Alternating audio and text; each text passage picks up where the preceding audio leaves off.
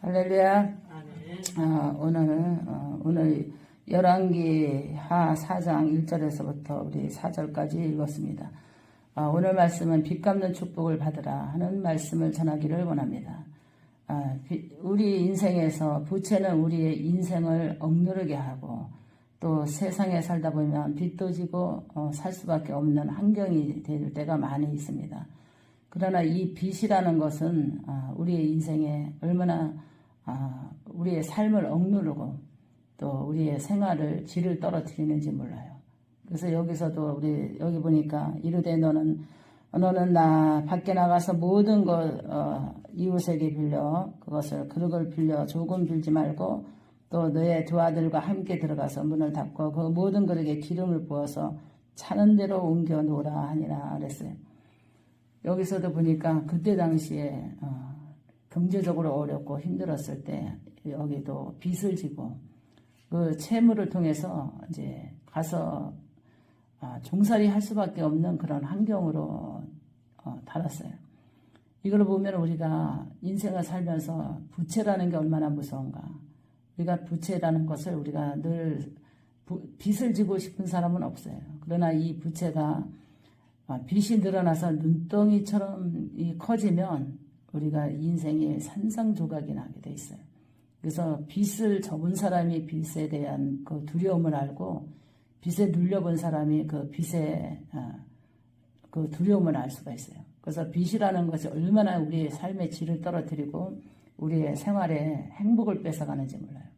지금 경제가 엄청 어렵잖아요. 경제 어려우니까 생활고로 인해서 카드 빚을 지고 또 돌려막기 하고 또 목사님도 정말 생활고 때문에 카드 돌려막기도 해보고 했지만 이 빚의 삶의 질을 얼마나 떨어뜨리고 그 빚을 다음에 갚으려고 해도 이미 빚을 진 것은 빚이 늘어나면 늘어날수록 빚이 얼마나 무서운지 몰라요. 그래서 삶의 질이 점점 더 떨어지는 거예요. 그래서 이 하나님 앞에 우리가 빚지지 않게 기도를 많이 해야 됩니다. 그래서 마귀는 마지막 때에도 사람들을 빚지게 해서 죽게 만들고 자살하게 만들고 그래요. 일단은 경제가 어려워서 빚을 지게 되죠.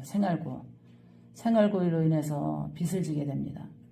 이 빚 때문에 우리의 삶의 질이 떨어지는데 그 삶의 질 자체가 우리의 행복을 뺏어가는 거잖아요. 우리 삶의 질이 높아지면 높아질수록 지수가 높아가거든요. 근데 삶의 질이 떨어지면 떨어질수록 우리의 행복수가 줄어들잖아요. 근데 중요한 건 뭐예요? 삶의 질이 떨어진다 할지라도 하나님의 마음을 갖고 내 안에 은혜가 있으면 호박 하나만 넣고 된장찌개 끓여서 온 식구가 숟갈 하나 가지고 뚜가리와 같이 된장찌개를 퍼먹어도 하나님의 은혜가 있으면 다 인내하고 행복할 수 있어요.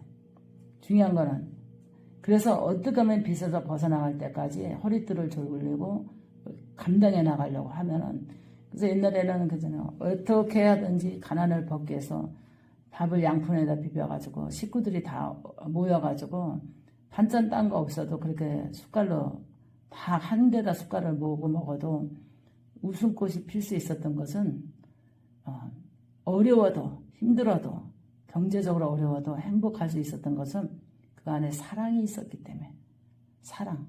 그래서 지금은 내가 풍족하지 않으면 사랑이 없다고 생각하는 시대예요. 나한테 누가 줄 만한 거를 주지 않으면 나한테 사랑이 없다. 줘야만 사랑이 있다고 생각하는 시대입니다. 그러니까는 삶의 질이 점점 수입은 적은데 줘야 되기 때문에 빚을 지게 되는 거예요. 줘야 되기 때문에. 도리상, 예의상, 또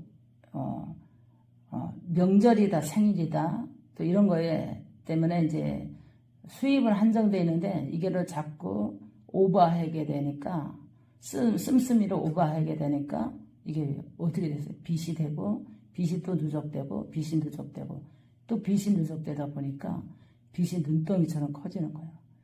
처음에는 살살 빚이 늘어날 때는 잘 몰라요. 그런데 1,000만 원 넘어가기 시작하고 2,000만 원 넘어가고 하다 보면 금방 1억 되면 헤어나기가 힘들어요. 그만큼 이 빚의 무게가 얼마나 우리를 인생을 억누르는 줄을 우리가 다 이거를 인지하고 이 세상 살아가면서 빚을 안 줄 수는 없지만 하나님 앞에 우리가 자족할 줄 아는, 할렐루야, 자족할 줄 아는 자족의 마음이 굉장히 중요해요. 자족할 줄 알아야 돼요. 환경을 자족할 줄 알아야 돼요. 환경에 맞춰서 살아갈 수 있는 자족하는 마음이 부족해져요. 지금 사람들이. 자족하는 마음이 부족하다 보니까 과한 분에 넘치는 씀씀이가 자기의 인생을 망가뜨리는 거예요. 왜냐하면 남이 사니까 나도 사야 되고 남이 누려야 되니까 나도 누려야 되고 남이 먹으니까 먹어야 되고 남이 하니까 나도 해야 되고 남의 눈치를 봐가면서 하는 그런 생활이 자족함이 없어지는 거예요. 그래서 하나님 그러죠. 자족하는 마음이 필요하다. 이 시대에. 근데 이 시대에 자족하는 마음이 정말 없어지거든요. 이 자족하는 마음이 없어지면 빚을 질 수밖에 없고 환경에 맞춰서 살지 못하고 과하게 살아갈 때에 큰 문제가 생기고 결국은 처음에는 체면 치료는 하지만 그 체면이 잠깐 체면 치료를 하지만 그게 바로 나에게 무거운 짐이 될 수가 있어요. 체면은 살렸지만 내가 잠시 기는 살을 살렸지만 그 돈을 쓴 씀이 때문에 기가 죽어서 살 수밖에 없는 빚쟁이가 될 수밖에 없어요. 기가 죽어서. 돈이 없어서 기가 죽어서 살 날이 온다니까. 체면 처리해서 잠깐의 기는 살았지만 그 대가로 자기가 빚을 지게 되면 기가 죽어서 살 수밖에 없는 그날이 빚쟁이, 빚을 진 자의 비참한 현실이 돼버리는 거예요. 그러니까 우리는 체면 처리도 중요하지만 내가 그거를 통해서 빚에 눌려서 비참한 삶으로 살지 않는 그런 생활이 굉장히 중요하다고 봅니다. 오늘도 우리에게 빚 갚는 축복을 하나님 앞에 기도해야 되고 자족하는 마음을 주고 우리가 그래도 저축하는 마음을 갖고 생활의 모든 것을 절제하는 그런 자족의 힘을 하나님께 길러야 됩니다. 지금 이 시대가 풍요롭고 넘치는 것 같지만 생활고에 힘들어서 많은 빚에 지금 눌려서 방황하는 많은 영혼들이 많을 거예요. 그러면 삶을 뒤돌아봤을 때에 왜냐하면 자족하는 마음이 적었기 때문에 힘든 거예요. 자족하는 마음이 강한 사람은 부하게 넘치게 살아갈 수 있어요. 근데 자족하는 마음이 우리에게도 은혜가 있어야 되는 줄 은혜 되시기 바랍니다.